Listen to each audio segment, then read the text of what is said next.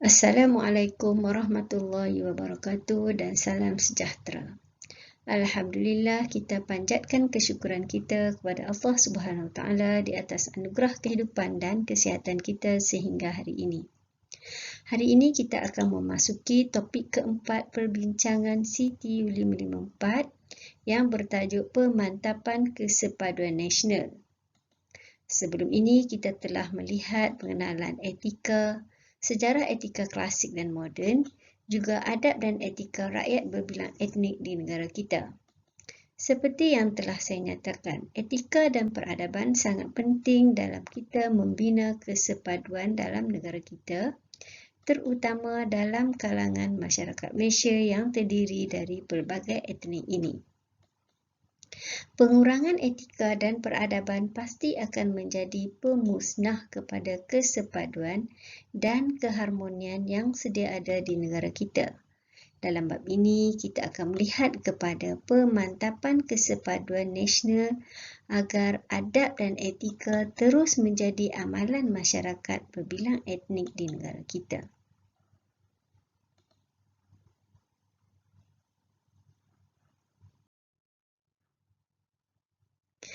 Objektif topik yang keempat ini ialah untuk kita semua memahami proses pemantapan kesepaduan nasional di Malaysia. Hasil pembelajaran topik ini ialah yang pertama, membincangkan proses pemantapan kesepaduan sosial di Malaysia, dan yang kedua ialah mengaplikasikan kesepaduan sosial dalam kalangan masyarakat Malaysia. Malaysia adalah negara tumpah darah kita. Kita dilahirkan dan dibesarkan di bumi bersejarah ini. Mau atau tidak, kita mestilah menerima hakikat bahawa penduduk dan rakyat negara kita ini terdiri dari pelbagai etnik yang mempunyai budaya dan cara hidup yang berbeza.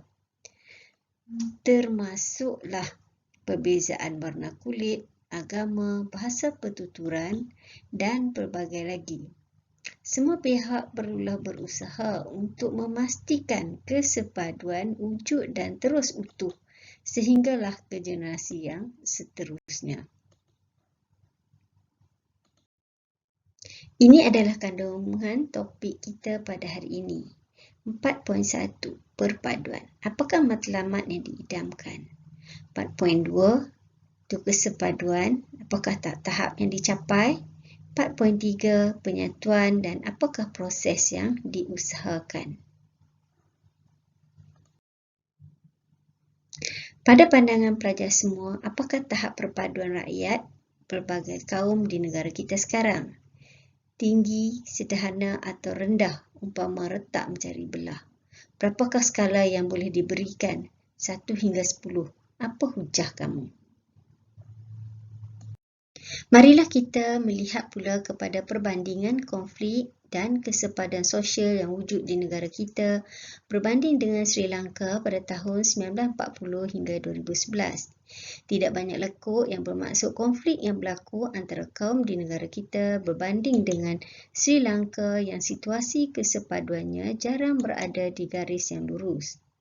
Konflik yang berlaku di Malaysia adalah pada tahun 1948 hingga 1960 ketika wujudnya pengaruh komunis di negara kita sehingga diisytiharkan darurat.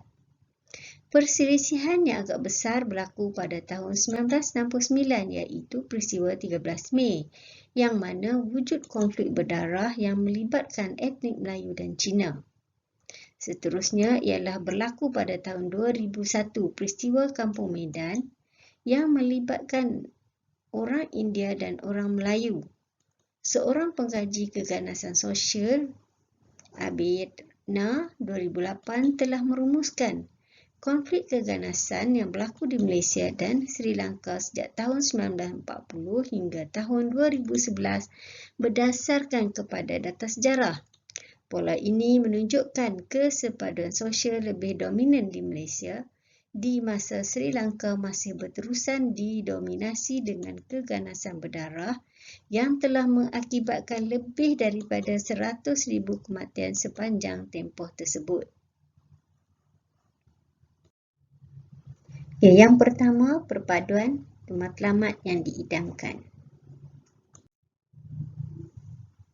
Yang bermaksud dengan kesepaduan sosial ialah suatu fenomena sosial yang dipacu oleh idaman dan cita-cita yang tinggi dan mendalam terhadap perpaduan yang mempengaruhi anggota masyarakat tersebut, yang natijahnya mereka akan melakukan pelbagai ikhtiar dan jalan yang dianggap sebagai prasyarat untuk mencapai perpaduan.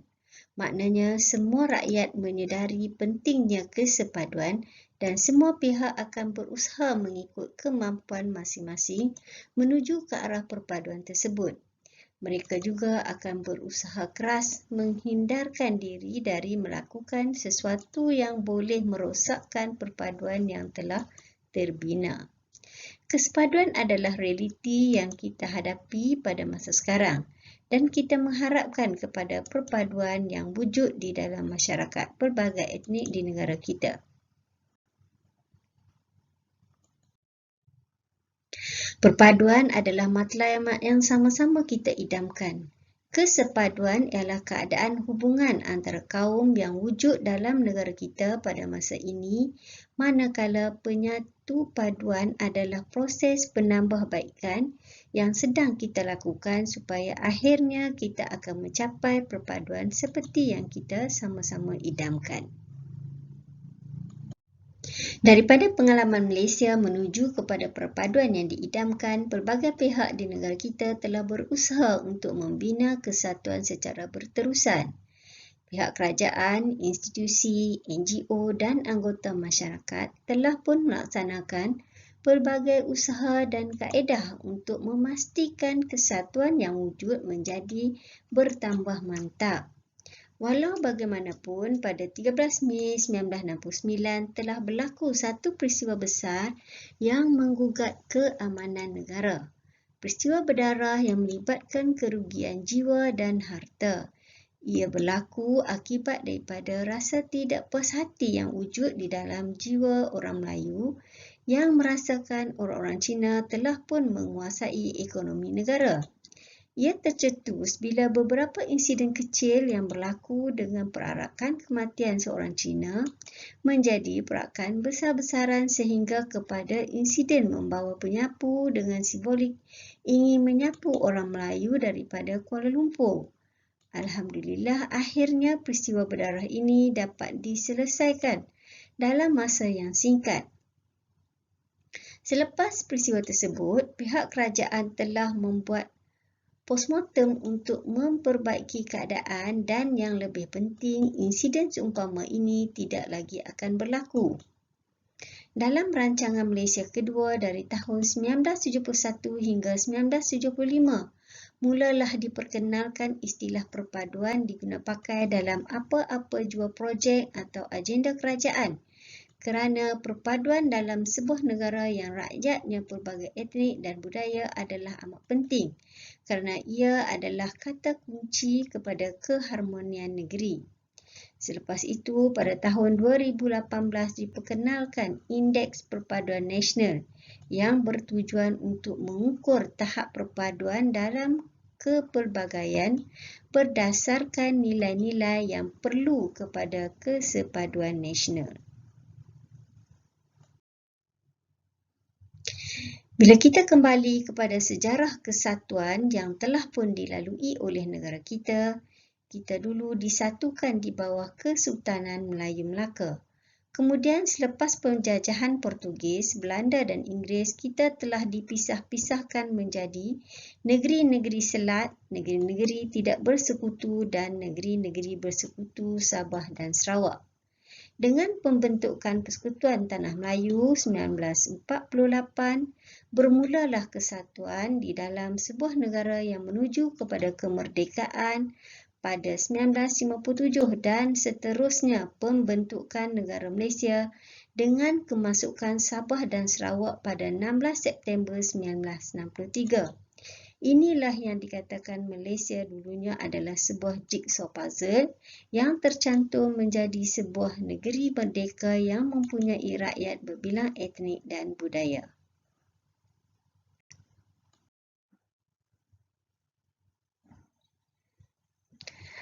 Cara untuk mencari kesatuan. Pertama, pembentukan Melayu Union 1946 ditentang dan dimansuhkan. Yang seterusnya, Persekutuan Tanah Melayu 1948, semua negeri di Melaya. Kemerdekaan 1957, mercu kesatuan. Persekutuan Malaysia 1963, itu dengan meluaskan kesatuan ke Semenanjung, Sabah dan Sarawak. Tapak integrasi telah dibina semenjak awal lagi iaitu pada tahun 1949 dengan ditubuhkan Communities Liaison Committee yang mengumpulkan pemimpin-pemimpin etnik yang ada ketika itu Melayu, Cina dan India di dalam satu pertubuhan untuk mencari kesepakatan dalam kesatuan dalam aspek-aspek ekonomi, sosial dan politik. Sebelumnya sudah wujud pemufakatan pada parti politik pada tahun 1946 dan 1952 yang akhirnya membentuk Parti Perikatan di dalam aspek politik negara yang diwakili oleh UMNO, MCA dan MIC.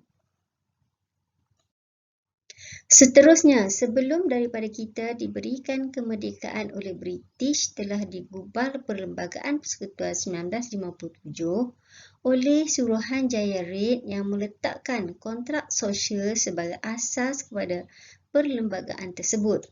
Ia merupakan satu perlembagaan yang tidak tertulis tetapi difahami dan diterima oleh semua kaum ketika itu.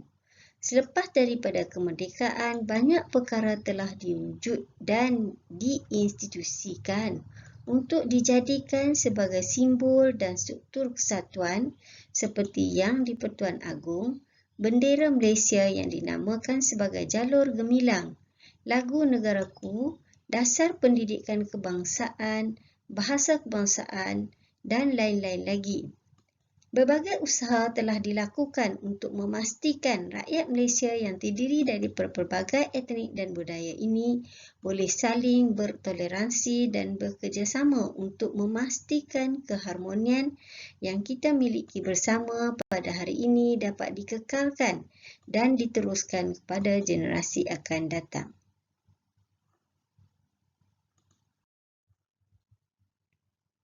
Seperti yang telah saya perkatakan sebelum ini, kesatuan yang kita pupuk sekian lama akhirnya kecundang jua dengan berlakunya peristiwa berdarah 13 Mei 1969. Peristiwa 13 Mei pada tahun 1969 ialah insiden rusuhan kaum yang berlaku dan kemuncak masalah perpaduan di Malaysia. Tragedi ini telah meragut nyawa serta harta benda dan mempunyai kaitan yang rapat dengan pilihan raya umum 10 Mei 1969. Ia merupakan satu titik hitam dalam sejarah hubungan antara kaum di Malaysia dan negara Malaysia.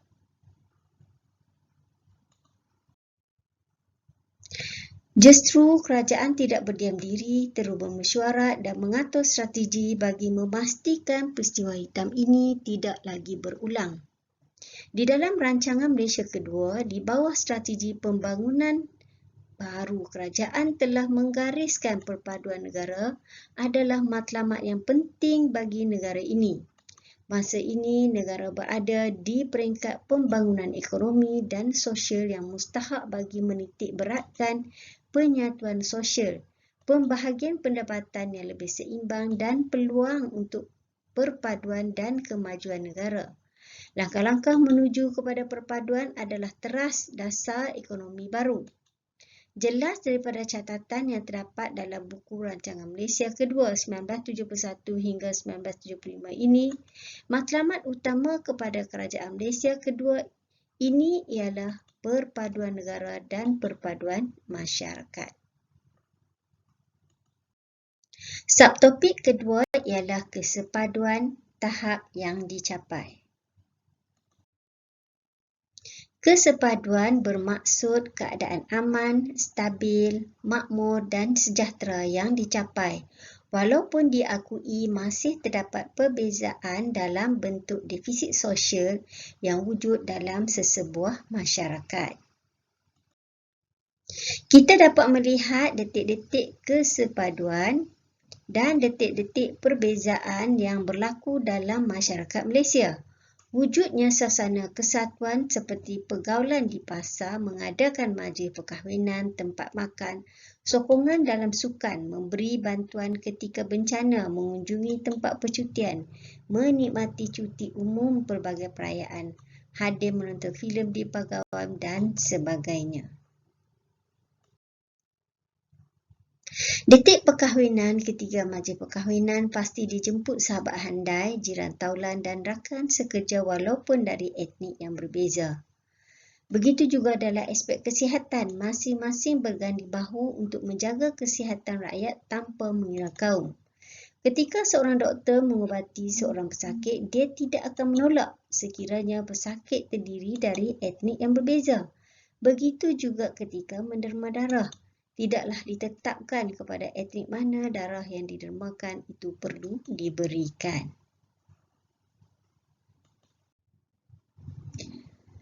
Jom kita tengok video bagaimana kesatuan membentuk masyarakat yang saling membantu dan hormat menghormati. Seperti mana yang ditunjukkan oleh saudara Abid Liu, seorang mualaf Cina. Makcik, sihat? Nah, hadiah makcik. Barang tak bawa? Sekejap, dia ambil hadiah sikit. Makcik umur berapa? 67. Kan makcik jaga, ni jaga mak. Bagus jaga mak Nanti bila jaga mak, nanti itu makin kaya, senang. Hati pun senang kan. Ni saya serah anak angkat kalah. Okey, terima kasih. Terima kasih. Hai, kenal lah. Ni mak Ada pusing-pusing sini ha. Semoga sihat semua Okey.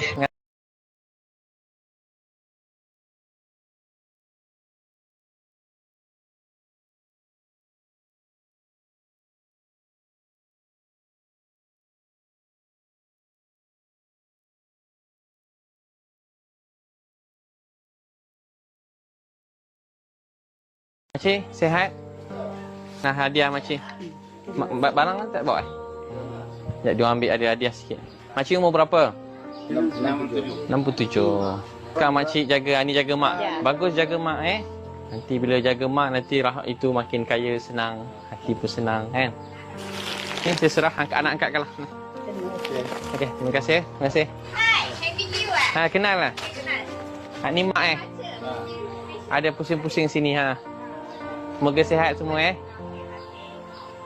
Okey, terima kasih.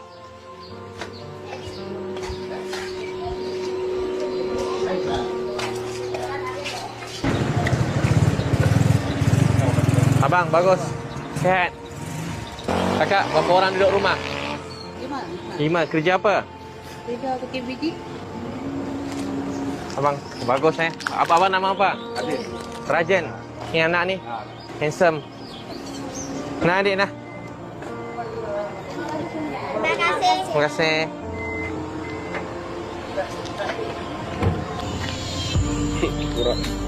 Sakit anjing, sian dia. Makcik, apa khabar? Baik. Duduk sini? Oh, seorang? Dengar. Rumah Tara. Rumah tak ada?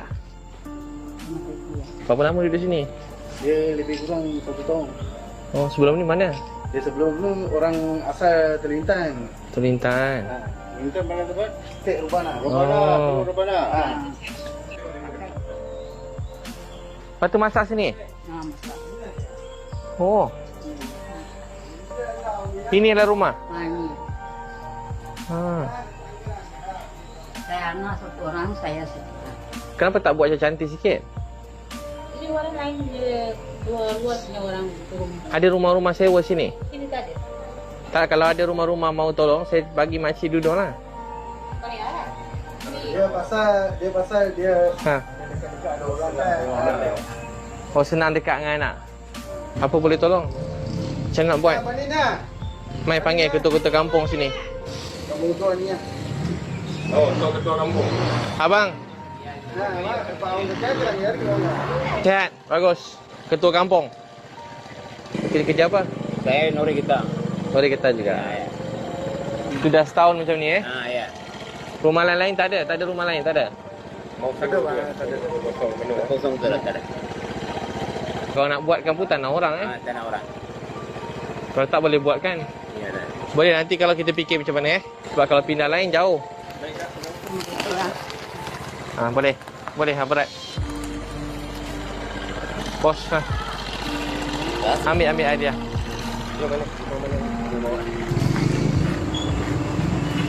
Kan, khabar? Bagus. Ni Homa.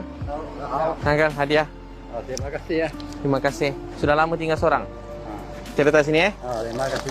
Terima kasih. Okey. Terima kasih. Kak, apa khabar? Berapa orang kat rumah? Berapa orang? Siapa kerja? Suami saja. Suami kerja apa? Kerja kilang. Nah, Kak. Terima Hadiah. kasih. Nah, adik. Kongsi dengan kakak. Terima kasih. Pandai dia. Lagi ya, Kak. Terima kasih. Minta lagi.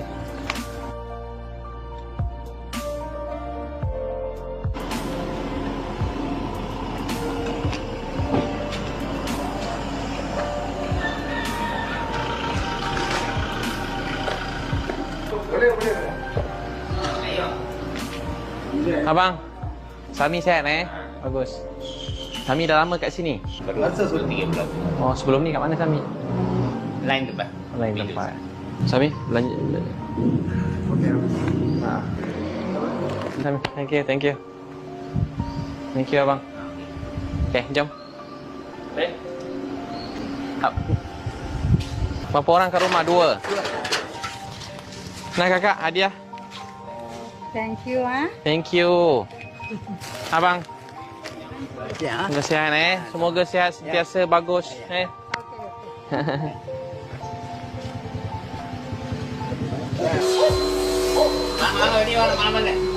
Ini dia semua orang. Berapa orang kat rumah ni? Berapa orang? Ada dekat. Kakak bagus. Tak boleh cakap bisu. Tak boleh cakap. Kakak umur berapa? Itu nama isi. Umur berapa? Dia 65. Tadi pun tak ada ini. Nanti, ni umur berapa kakak? Umur berapa? Dia 90 tahun. Tambah lagi lah. Tuh. Siapa masak? Gila-gila masak? Pandai masak? Mana ke? Nyaman ni. Bye-bye Okay, bye-bye. Saya jaga ya. Bye. Abang bagus, sihat. Oh, ni rumah orang tua-tua juga? Oh. Lagi happy-happy makcik-makcik. Makcik, berapa orang kat rumah? Saya rumah kan. Ni mamak ni. Adik. Adik. Nah, kakak. Kakak. Jangan. Jangan. Terima kasih. Jumpa lagi. Sudah lama? 3 bulan. 3 bulan baru jatuh kah? Waktu saya sudah jatuh. Oh. Ya. Semoga sihat Okey. Terima kasih. Baik, terima kasih. Apa khabar? Baik jadinya. Baik. Berapa orang kat rumah? Siapa kerja? Kita bagi tahu je, jangan risau. Oh. Saya tahu. Nah, terima kasih. Thank you. Nama apa? Jelam apa ya? Seorang rumah. Seorang juga. Sila letak sini boleh, Mai? Boleh letak sini? Jumpa lagi Terima kasih ya. Terima kasih. Kakak. Garang dia. Berapa orang kat rumah? 4. Kakak kerja? Oh, kakak hadiah. Terima kasih. Nah. Okey. Nanti di rumah. Terima kasih. Baik. Nah, nanti. Terima kasih. Satu seorang lah. Nah. Ni siapa? Dia lain-lain? Dia punya anak. Anak. Nah. Terima kasih ya. Nih. kasih ya. Terima kasih. Ya. Okey, baik. Terima kasih. Nah, ni. Aidil. Aidil nama dia? Dia punya cucu. Jalan. Terima kasih. Lari ke dia kerja? Kalau weekend tak? Nah, Kak. Terima kasih. Adik. Andri tu rumah. Terima kasih. Terima kasih. Ni dah kan? Dah. Ada. Okey, dia besar lagi dia kata. Baik, terima kasih. Terima kasih.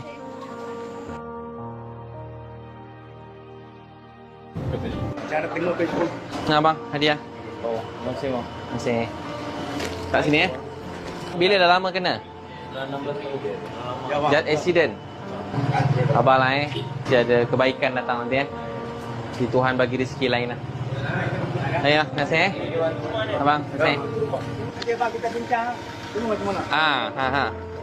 Bagi settle kalau dapat rumah cantik kan. Tengah hari kalau ada kami kosan sini lagi boleh lah. Kalau dah balik lambat pula kan.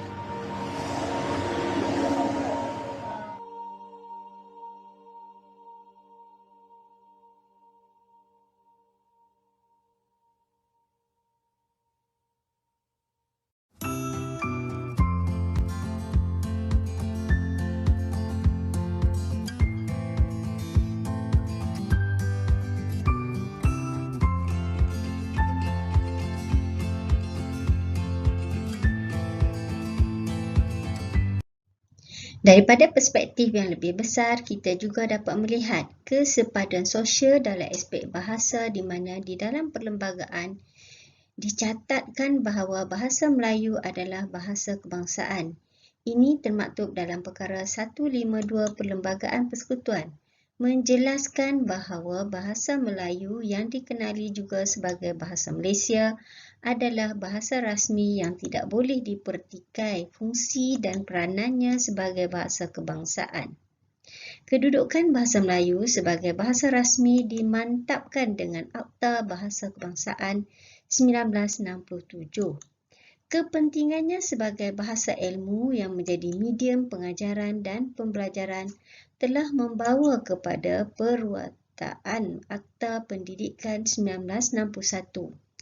Namun, pada masa yang sama, masyarakat pelbagai kaum di Malaysia bebas menggunakan bahasa lain seperti bahasa Mandarin orang Cina dan bahasa Tamil oleh orang India. Sewajarnya sebagai seorang rakyat Malaysia untuk menguasai bahasa Melayu adalah kerana bahasa ini akan jadi penghubung antara semua rakyat di Malaysia. Jom kita tengok satu video yang menunjukkan bagaimana orang-orang Cina di Kelantan yang telah pun terasimilasi dengan orang Melayu di Kelantan dari segi pertuturan, pakaian dan pemakanan. Hasilnya kaum itu berkongsi budaya dan juga fasih bertutur lohai Kelantan. Sebenarnya Tahun Baru Cina ini, wartawan Shanun Hanif Abdullah Suhaimi mendekati keluarga Cina Peranakan di Kampung Pasir Parit, Pasir Mas, Kelantan. Bun Huat berusia 86 tahun adalah antara penduduk tertua di kampung yang terletak di Sungai Kelantan. Beliau peminat setia seniman agung Allahyarham Tan Sri P. Ramlee dan seniwati Allahyarhamah Saloma. Katanya beliau bangga dengan keunikan etnik Cina Peranakan di Kelantan dan mahu generasi muda mengekalkan tradisi dan ikon muhibah berkenaan. Ya, sudah 7 generasi dah. Jadi kedudukan ni macam orang Melayu dah. Tak. Macam orang Melayu panggil, cakap kata hok betul-betul. Nah, jadi kita tak ada pendek, tak ada kekok mana dah lah. Sambutan Tahun Baru Cina lazimnya diraikan dengan kunjungan jiran dan rakan Melayu.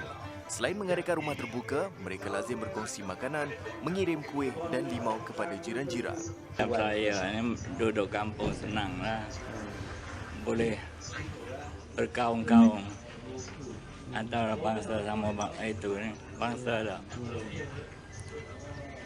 Pergi mari pun senang. Ada kerja tolong menolong gitu. Duduk kampung, duduk bana, tak ada. Unik bagi keluarga ini, 4 anak saudara mereka berdarah campuran India yang menetap di Gua Musang bersama menyambut Tahun Baru Cina bersama keluarga sebelah ibunya di kampung itu. Kampung ni orang berfikiran terbuka sikit lah, tak macam bandar ni. Semua boleh bergaul, memang baguslah. So, perlu dikekalkan? Perlu dikekalkan lah, kalau boleh orang bandar pun belajar lah. Bagi masyarakat Tionghoa, sebanyak 170 keluarga yang menetap di kampung ini, mereka tidak kekok dan tidak merasa terpinggir berada di sini dan mereka sama-sama merayakan Tahun Baru Cina ini dengan harapan perpaduan yang ada akan kekal kokoh untuk selamanya. Ambo dari Kampung Pasir Parit, Kelantan mengucapkan Selamat Tahun Baru Cina.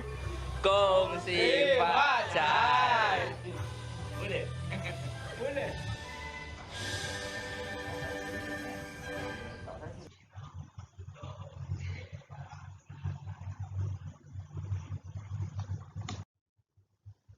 Seterusnya kita dapat melihat detik-detik perbezaan yang berlaku dalam masyarakat Malaysia. Rakyat Malaysia yang menganut pelbagai agama dan kepercayaan bebas untuk beribadat dan mengamalkan agama dan ibadat kepercayaan mereka sesuai dengan perkara 11-1 yang menyebutkan bahawa tiap-tiap orang berhak menganuti dan mengamalkan agamanya. Seterusnya, subtopik yang ketiga iaitu kesepaduan proses diusahakan. Penyatu paduan ialah usaha berterusan pada peringkat semua lapisan masyarakat untuk menyelesaikan defisit sosial berwahanakan tapak integrasi berprinsipkan tawar-menawar, perundingan dan mediasi. Marilah kita sama-sama melihat apakah elemen yang paling penting untuk menyelesaikan atau sekurang-kurangnya mengurangkan defisit sosial di kalangan rakyat Malaysia yang berbilang etnik ini. Faktor pertama ialah manusia itu sendiri. Terdapat beberapa sikap manusia yang sebenarnya perlu diubah dalam usaha menyelesaikan permasalahan defisit sosial. Antaranya ialah racism, ethnocentrism, prejudice, stereotypes dan diskriminasi. Kita akan cuba lihatnya satu persatu dengan lebih terperinci. Racism ialah pemikiran atau kepercayaan negatif oleh sesuatu kelompok sosial terhadap sesuatu kelompok lain berdasarkan ciri-ciri fizikal atau ras semata-mata. Ini berlaku di Afrika Selatan yang mengamalkan dasar apartheid yang menganggap orang kulit hitam sebagai hina. Rasisme ini ditolak di kebanyakan tempat tetapi masih ada lagi pihak yang memperjuangkan atas sebab tertentu. Kadang-kadang ia berlaku secara tidak disedari. Ethnocentrism ialah kepercayaan atau rasa bangga di kalangan anggota sesebuah etnik bahawa budaya dan etnik mereka jauh lebih baik dan hebat daripada kelompok lain. Ia mempunyai kaitan yang rapat dengan rasisme, walaupun kadang-kadang ia memang wujud dalam setengah tempat dan keadaan. Tetapi keadaan ini tidak boleh dibiarkan berleluasa kerana akan membawa kepada diskriminasi kepada puak-puak yang tertentu. Prejudis pula ialah pandangan negatif mengenai ahli kelompok etnik lain sama ada ia tersemat dalam hati atau terluah secara sengaja ataupun tidak. Prejudis ini biasanya tidak berasaskan maklumat yang jelas, tepat atau mencukupi. Ia disebarkan dari satu generasi ke satu generasi yang lain. Ia juga mudah dilihat bila berlaku persaingan politik, ekonomi, sosial dan lain-lain. Di sebelahnya adalah prejudis gender yang biasa berlaku. Dikatakan P lelaki yang seorang yang kuat manakala perempuan pula dikatakan lemah. Lelaki dikatakan tidak boleh menangis sementara perempuan pula adalah pemandu yang selalu melakukan kesalahan lalu lintas. Sedangkan hakikat sebenarnya ialah tidaklah sebegitu rupa. Ada perempuan yang lebih kuat dan tabah berbanding lelaki dan tidak menjadi kesalahan kepada kaum lelaki untuk menangis dalam keadaan-keadaan tertentu. Stereotip pula ialah kenyataan umum yang negatif atau positif terhadap sesuatu kumpulan etnik. Gambaran yang berlebihan tentang sesuatu perlakuan yang baik atau buruk yang ditujukan kepada kumpulan etnik lain. Contohnya, Melayu dikaitkan dengan tidak rajin, orang Cina dikaitkan pula dengan selalu tidak berkata benar. Pahaman stereotip akan menimbulkan perasaan negatif dalam masyarakat. membataskan interaksi antara mereka dan mengapi-apikan semangat perkauman yang boleh memusnahkan kesepaduan. Kesemua sikap dan pemahaman-pemahaman itu boleh melahirkan diskriminasi yang mana pandangan, pemikiran negatif terhadap kelompok etnik yang lain yang mempengaruhi perilakunya mengakibatkan berlaku kezaliman, penindasan, ketidakadilan kepada etnik lain. Kesimpulan kepada topik kita hari ini ialah negara kita Malaysia telah melalui proses pemantapan kesepadan sosial yang panjang semenjak sebelum merdeka sehinggalah kita merdeka pada tahun 1957. Pembentukan Malaysia pada tahun 1963 sehinggalah sekarang. Kita tidak akan berhenti untuk meneruskan proses ini demi kelangsungan keharmonian negara yang kita cintai ini. Berbagai usaha telah dilaksanakan oleh semua pihak bagi mencapai kesepadan sosial dalam kalangan masyarakat pelbagai etnik di Malaysia. Dan seterusnya, kepentingan sosial memerlukan semua pihak berusaha gigih ke arah kesepaduan di negara kita demi untuk kebaikan dan masalah bersama. Kata bijak tukang jahit, janganlah seperti gunting meskipun berjalan lurus, namun memisahkan yang telah menyatu. Berjalanlah seperti jarum dan benang meskipun menusuk dan menyakitkan, namun menyatukan yang terpisah. Sekian, terima kasih. Sampai jumpa lagi minggu hadapan.